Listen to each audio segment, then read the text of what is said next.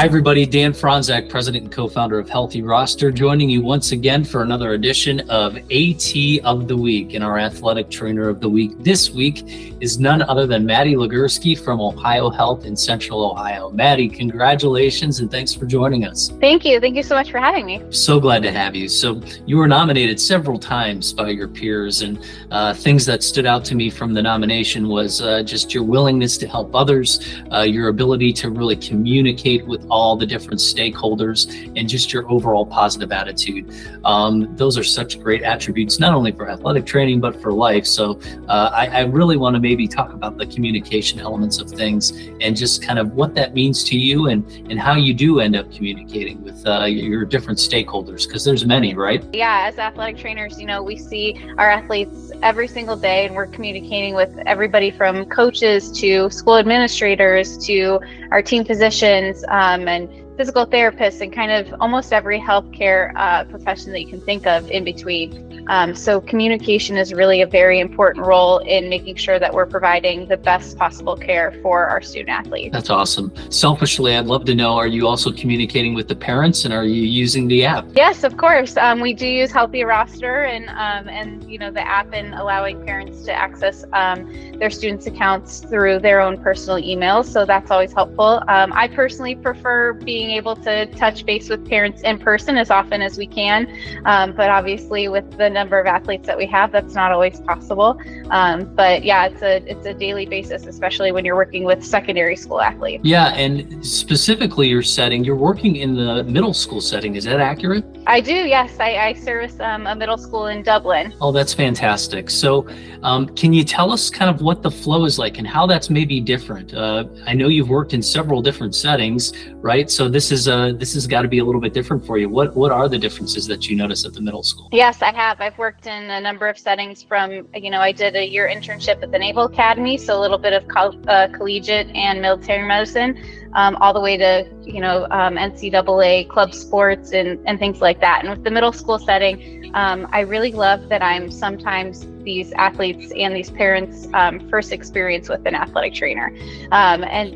These kids are just getting to kind of learn their bodies and how to move, and they're learning their sports. And so it's a really unique age and really unique setting, and I enjoy every minute of it. Did you have an athletic trainer growing up at high school?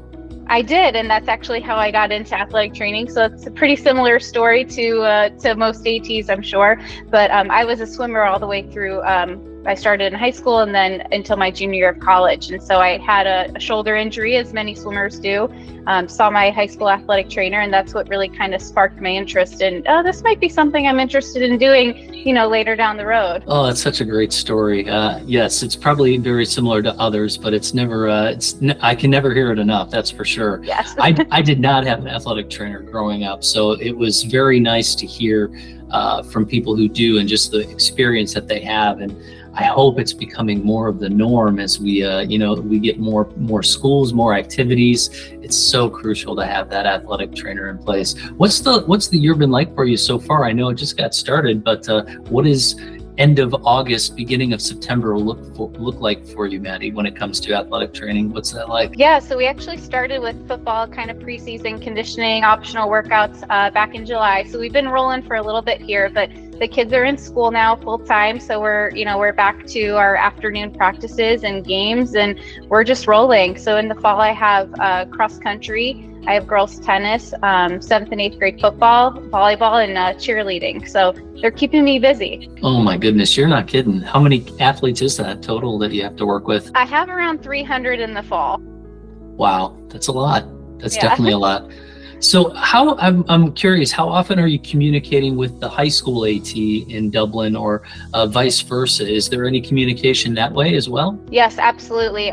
From, my 8th graders now being 9th graders, we sometimes talk about, previous injuries and history and things like that if they have things pop up. And then we also, as middle school ATs, do try and support our high school ATs as much as possible, because they do have a higher, athlete and sport volume load than we do. So we try to help out with Friday night football. There's a big cross country meet coming up in September in Dublin that we're all kind of working together as a team. And so we try to touch base as much as possible. Oh, that's awesome. we're recording this on a Friday, and it's always good to, it's always easier to have a smile on a Friday, but I get the sense that you're always smiling, Maddie. How do you stay positive on a daily basis? You just seem like a person that normally has a great attitude, but I'm curious, just for others out there, what keeps you motivated? What keeps you staying positive? Yeah, well, thank you for that. I mean, my athletes honestly keep me motivated, keep me going. They're such a fun age group to work with. I see them after school, so they're excited to go to their sport practices. They're excited to, participate in their games. And I think that really kind of keeps me going. And then it really helps to be working in a profession that I just truly love. So, what's the saying that find something you love, you'll never work a day in your life. And that's really how I feel. Oh, that's so awesome to hear. Curious about your workload. Like what does a normal day look like for you? We talked about the athletes in the fall, but when do you come in? What do you do during the events and after? What does that look like for you? Yeah, absolutely. So as a secondary school athletic trainer within Ohio Health, we're very fortunate that we do not have clinic responsibilities in the morning. So my full attention, my full energy goes to my student athletes. And so we work kind of a second shift type of schedule. I'll get into the office around 1:30, take care of any administrative things that I have going on. Documentation is a really big part of it.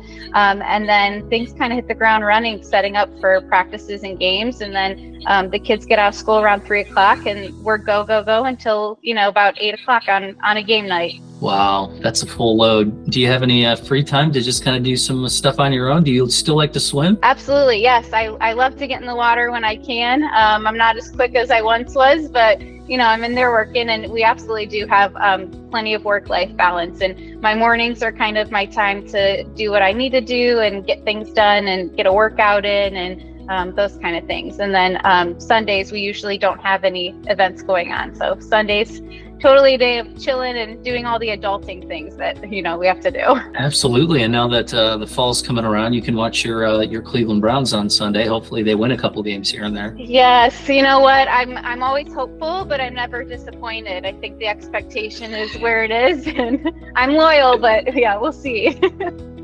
I'm a fellow Northeast Ohio survivor of all the poor sports that we've had up there in the fall for Cleveland. But one of these years, right? One of these years. Next year's always the year. Absolutely.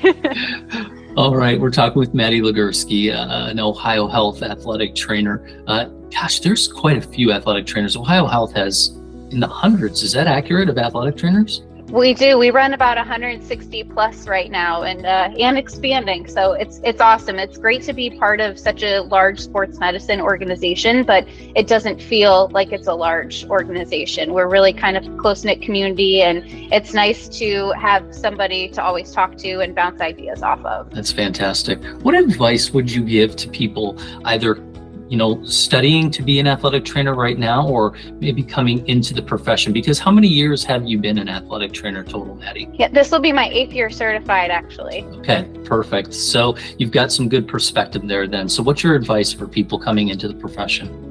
Absolutely. I would say coming into the profession, my advice would be just to put yourself out there in many, settings and situations to kind of find what you love kind of early on. So in grad school and my internship, I was bouncing around a little bit and finally found, that the middle school setting is a great fit for me. Got it. And how about those studying the program? Like if they're just contemplating getting into it, like what's your thought there as far as maybe what you need to concentrate on or questions you need to ask yourself? Yeah, I would say, never stop asking those questions to your peers and people around you. It's definitely, you need to be a lifelong learner. And kind of just open to, learning new things constantly, and really, putting the athletes first. That they're our first priority, and they want to be there. They don't want to be injured, obviously, but having their back is just so important. So keeping, the athletes being your top priority. There she is, Maddie Legerski, our athletic trainer of the week. You can see why so many people nominated her to be so. She's got a great attitude. She's fantastic at what she does.